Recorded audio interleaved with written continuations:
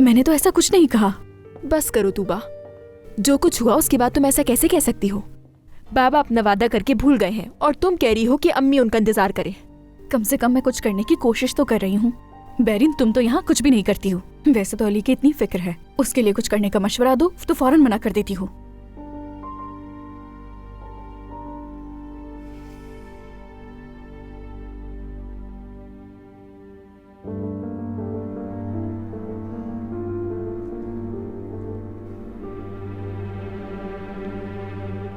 तो बताओ फिर हम क्या करेंगे अली?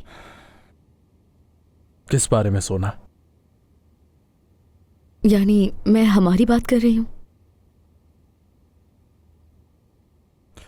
जो जरूरी है वही करेंगे।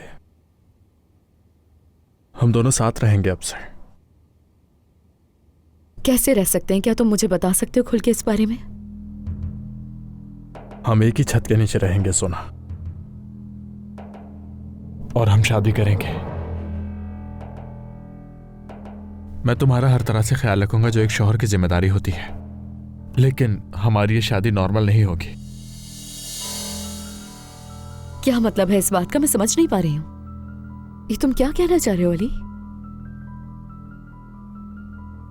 देखो सोना, तुम जानती हो मैंने कभी शादी करने के बारे में नहीं सोचा था, लेकिन अब फैसला कर चुका हूं। हम शादी करेंगे, लेकिन शायद मैं तुम्हें दिल में जगह ना दे पाऊं। अगर तुम्हें शादी के लिए मना सकती हूँ तो तुम्हारे दिल में भी जगह बना सकती हूँ।